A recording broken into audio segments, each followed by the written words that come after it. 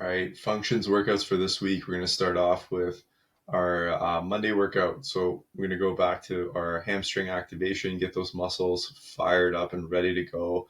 And that's going to take us into our workout because we have a lot of posterior chain work. We have deadlifts, weighted step ups, and rowing. So once those hamstrings are nice and fired up and ready to go, we're going to use them a lot in our kettlebell deadlifts today. We have sumo kettlebell deadlifts with two kettlebells in our hands. So one on one hand, one on the other. We're doing 1 minute of reps, then 1 minute off.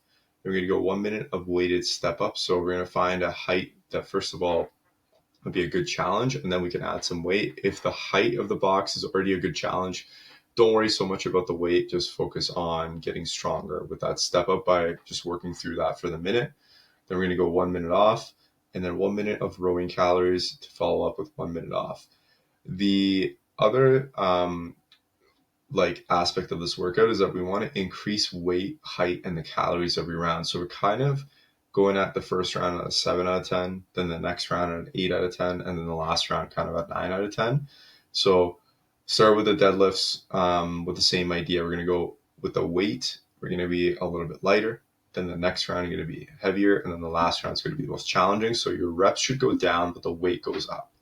Same thing with the weighted step ups. So you can increase the weight as you go. And when you're increasing weight, we want to make sure we're not losing the form and technique. So make sure that that's not happening. If you are noticing that, then just keep the same weight as you did last time so that you can keep the proper form and technique. On the rower, this is a little different. This is where we're going to pace it. So on the first round, let's say we get 20 calories. The next round, let's try to get 22 or 25. Then the last the last round there, we really want to kind of get the highest number compared to the last 4 rounds or last 3 rounds. So strength is going to be challenged in this one, and the endurance of it, because we're going to have some fatigue building up every round. So we're going to be having a little mix of the two. Both strength and endurance is going to be challenged in Monday's workout.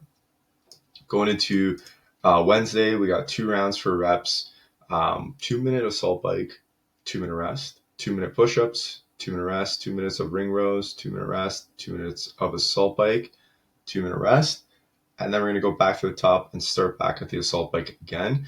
And this is going to be 2 full rounds. So we got some upper body stamina from the push-ups and the ring rows that are going to be tested today. And then the endurance with the assault bike. This is also preparing us for the following week. We're going to do some tests on this. If you guys remember from the beginning of the cycle, we're going to see kind of where we're at with these numbers and these movements. But today is to be able to see if you can repeat or do better on the following round compared to the first round. So upper body is going to be taxed, and our kind of cardiovascular system is going to be taxed too from the biking, and also just the fatigue from the push-ups and the ring rows that we do as well. Thursday's workout, we are going to do a little bit of a different structure to this, but still working on our body awareness, our balance, our vision. We have 3 rounds for quality, 1 minute of right side banded scapular circles. Then we're going to go into 1 minute of horizontal eye jumps from a tandem stance, then 1 minute of left side banded scapular circles before we take a 1 minute rest. You go through that 3 times. So basically activating the muscles, creating awareness, working on our balance, working on our vision, all at the same time during this first kind of part. Then our workout is 12-minute AMRAP, 5 forward-facing med ball throws, 5 rotating med ball slams to the ground, 5 side plank rotations per side, and then 5 med ball glute bridges. When we're done that, round of 10. Then we're going to go into a round of 15 and then a round of 20. When we hit the round of 20, you're going to restart back at the round of 5.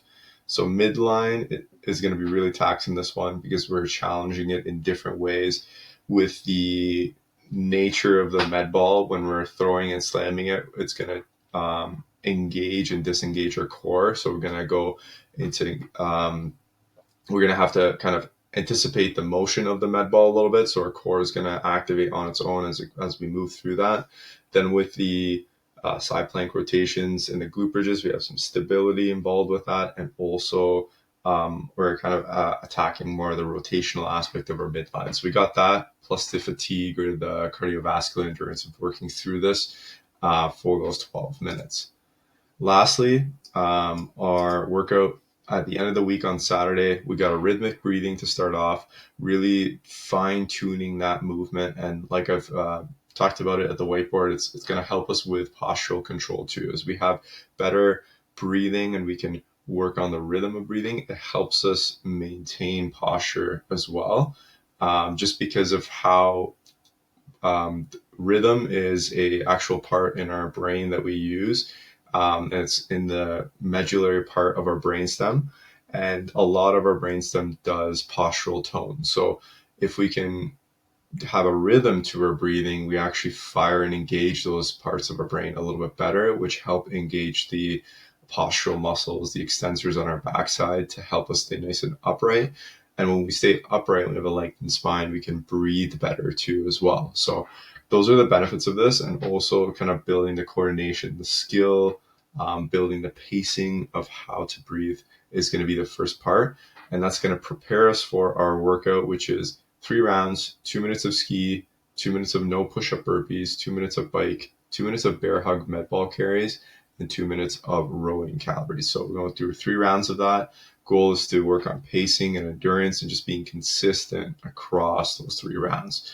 So you should be able to have make up talk, or the talk test is a good kind of test for yourself to know if you are at a steady pace. If you can form some sentences while you're moving through this today, then you know you're at a good pace. If you're at that kind of like you can't talk because you're panting, then you're going too fast. So kind of use that as a benchmark for yourself. So this is the end of week 9 for functions. Next week, we're going to go into some tests before we start our brand new cycle to take us to the end of the year. I hope you guys enjoy the week, and we'll see you guys on the following week.